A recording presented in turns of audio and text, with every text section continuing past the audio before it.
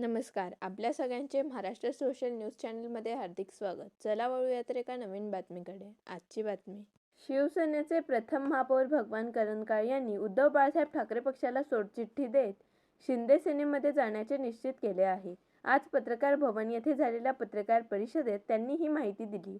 जय महाराष्ट्र. सहस्ने जय महाराष्ट्र. सर्व पत्रकार बांधवांना, पदाधिकाऱ्यांना, चॅनलचे प्रमुख, मोठ्या चॅनलचे जिल्हा प्रतिनिधी आहेत आणि पदाधिकारी बसतात माझ्या बाजूला, अध्यक्ष, सचिव, समर्पित ओलावाचे सेक्रेटरी, धुरंधर पत्रकार बांधव आहेत त्यांना मी वंदन करतो, नमस्कार करतो, जय महाराष्ट्र करतो. असं निष्ठील आलो तेव्हा पत्रकार बांधवांनी मला विचारलं की आता जय महाराष्ट्र बंद का म्हटलं नाही.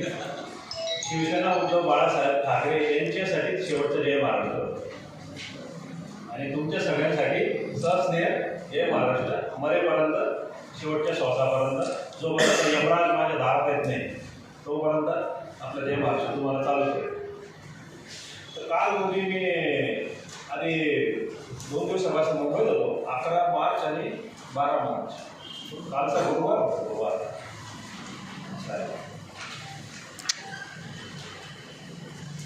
12 मार्च गुरुवार. जन्म माझा गुरुवारचाच आहे. गुरुंची कृपा झाली, सद्गुरूंची कृपा झाली आणि 2 दिवसापासून जे प्रयत्न करत होतो मी,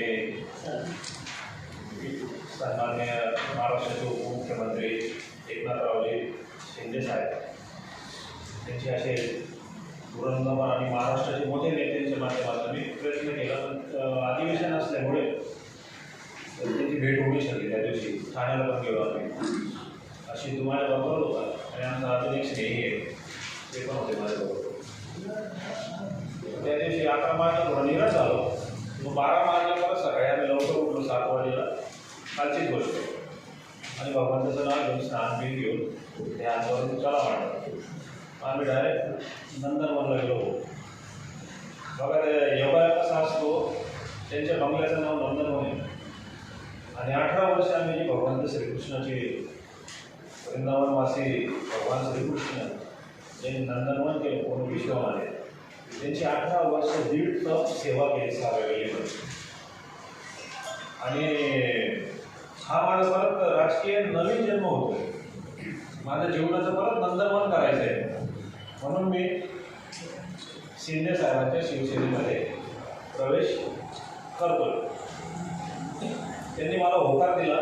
बघा हा बऱ्याच नेत्यांच्या बंगल्यावर मी गेलो आहे, हे गेलं आहे, पण जर व्यक्ती जर चांगला जायचा माणूस असेल ना, माणुसकीवाला असेल, जनतेतला असेल, जाणीववाला माणूस असेल, गरिबीची जाणीववाला, तर तो येणारा कुठल्याही माणसाचा जबरदस्त सन्मान करतो.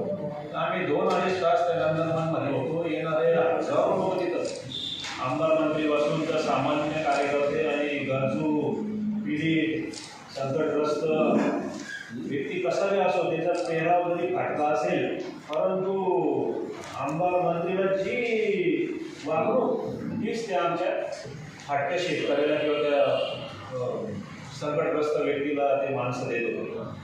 चहा, पाणी, तुम्ही ब्लॅक टी मागितला, ब्लॅक टी तुम्हाला, कोल्ड कॉफी, तुम्ही ज्यूस मागा, लिंबू सरबत मागा, चहा मागा, कॉफी मागा आणि पोहे घेऊन यायचे. एका ट्रेमध्ये 15-20 प्लेट आणून पोहे. तुम्ही मिसळ मागितली, मिसळ मिळेल. एवढा खतरनाक भंडारा चालतो जेवणाच्या वेळेला. जेवण म्हणजे वर्षावर मी ऐकलं तिथे की वर्षावर ते CM साहेब असतात, म्हणजे CM पदावर असताना पण त्यांनी वर्षावर जेवण द्यायचे. महाराष्ट्रामध्ये 2च मुख्यमंत्री होऊन गेले की ज्यांनी वर्षावर बंगल्यावर. पूर्वी तर वसंतदादांच्या वेळेला ना मोबाईल होता ना गाड्या होत्या, एसटीने लोक जायचे. आमदार सुद्धा एसटीने जायचे म्हणून आमदार खासदारचं ड्रायव्हरच्या मागची 2 सीट राखीव राहायचे. हे सन्मान्य विधानसभा सदस्य आणि सन्मान्य लोकसभा सदस्यांचे सीट राखीव. तर त्यावेळेला आमदार खासदार एसटीने प्रवास करायचे. तर वसंतदादांना माहिती होतं की हे खेड्या पाड्यातनं आमच्या महाराष्ट्रातनं कान्याकोपऱ्यातनं संकटग्रस्त लोक येतात, समस्या घेऊन येतात.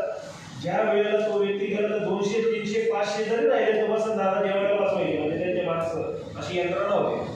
आणि त्यांच्यानंतर जर वर्षावर कोणी जेव घालत असेल सगळ्या लोकांना तर ते एकनाथ शिंदे साहेब. पैसे देऊन कमेंट करायला लावतात. 200 कमेंटचे पॅकेज आहे. माझे बघा कमेंट बघा, आता मी 51,000 लोकांनी व्ह्यूज बघितले. 51,000. 2 वाजता मी मुंबईहून आलो आणि अशा गाड्या बदलत होतो नाशिकला. मी नाशिक इथं आलो.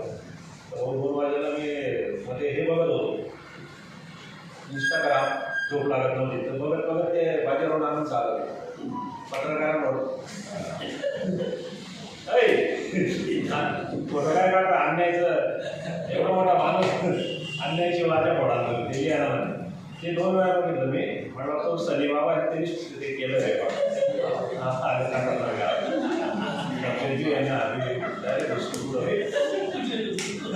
त्याचे दाखवा मला. तर ते पाहिलं आणि मग 4 वाजेला होतं. तर 4 वाजेला 41,000 व्ह्यूज होते आणि 6 वाजेला पाहिले तर 44 झाले. 8 वाजेला पाहिले वाढले, आता परत वाढले. 55,000 व्ह्यूज होते. ते मध्येच कामं होतात बापूजी सत्ता बापू बाजूकडे पण आहे. तिथं नाही जायचं झालं. त्यांच्यावर एवढे आठपाकड गेले ते मला कुठं गुंडाळून टाकले. बापूजी तुम्ही मोठ्या माणसाचं काही करून टाकतं ते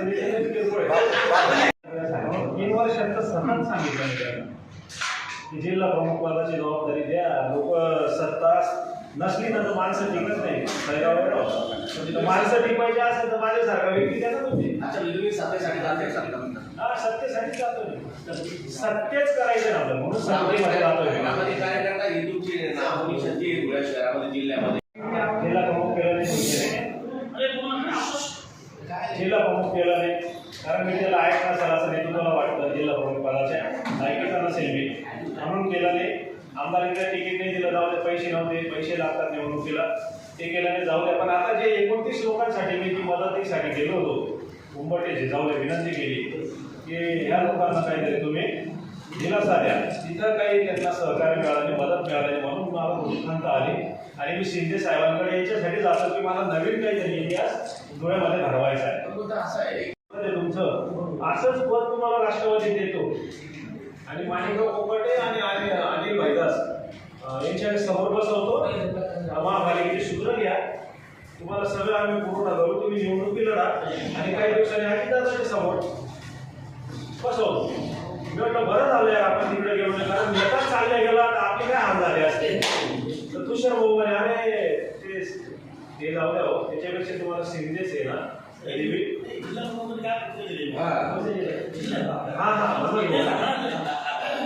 मध्येच घातलं तर मनोज भाऊंना फोन लावला. भगवान करंजकरला प्रवेश करताय आणि नंदनवनहून आलाय. काय म्हटलं ते नंदनवन म्हणजे मुख्य नेते कोण आहे, आम्ही वरून आलोय. तर नंदनवरून त्यांचा प्रवेश आहे. त्यांची साहेबांची भेट झाली, बोलणं झालं. एक 4-5 दिवसात त्यांना साहेबांची वेळ घेऊन आम्ही तुम्हाला कळलो. त्यावेळेला तुम्ही लोक जिल्हा प्रमुख आहे, तुम्हाला यावं लागेल, तुमची उपस्थिती लागेल. आणि हा फोन आहे, स्पीकर फोन आहे, म्हणजे त्यांनी असं नाही सांगितलं भगवान कारण का बसलाय. हा माझा फोन स्पीकर फोनवर आहे. मग इतकी इन्स्टंट प्रतिक्रिया, इतकी जबरदस्त प्रतिक्रिया म्हणून भाऊने दिली. अरे वा, काही अडचण नाही आपली, मी येत नाही, त्यांच्या सोबत येईल म्हणे मी मुंबईला. ही मनोज भाऊची प्रतिक्रिया मला म्हणजे बघा, काही व्यक्ती लहान म्हणजे वयाने लहान बी असतात पण प्रतिक्रिया इतक्या मोठ्या लोकांची घेऊन टाकतात ना कधी कधी. ते प्रामाणिकपणा असतो त्याच्यामध्ये किंवा त्यांना आनंद होतो. अरे पक्ष वाढतोय ना, मजबूतीच होईल ना. कोणी पण आलं कोणत्याही पक्षामध्ये, पत्रकार संघटनेमध्ये, समाजामध्ये कोणताही छोटा माणूस आला तो छोटं काम करून संघटना मजबूतच होणार आहे ना, समाज मजबूत होणार आहे, पक्ष मजबूत होणार आहे. ती प्रतिक्रिया त्यांनी दिली. मग तात्याला लावला त्यांनी. तात्या 1 मिनिट त्यांचं करून घेतो, मग तुमचं बोलतो. तुम्ही पुढे या, तुम्ही 3-4 प्रश्न विचारा, काय वाटणार नाही. मला इतकी सवय हो गेली बरं राहून प्रश्न उत्तर द्यायचे. तर तात्याला सांगितलं भगवान करंजकरांचा प्रवेश आहे. हा अरे भगवान करंजकरांचा प्रवेश आहे, धुळ्याचे प्रथम महापौर. हा आणि स्पीकर फोनवर आहे म्हणे. हो साहेब, बरोबर ना साहेब. मग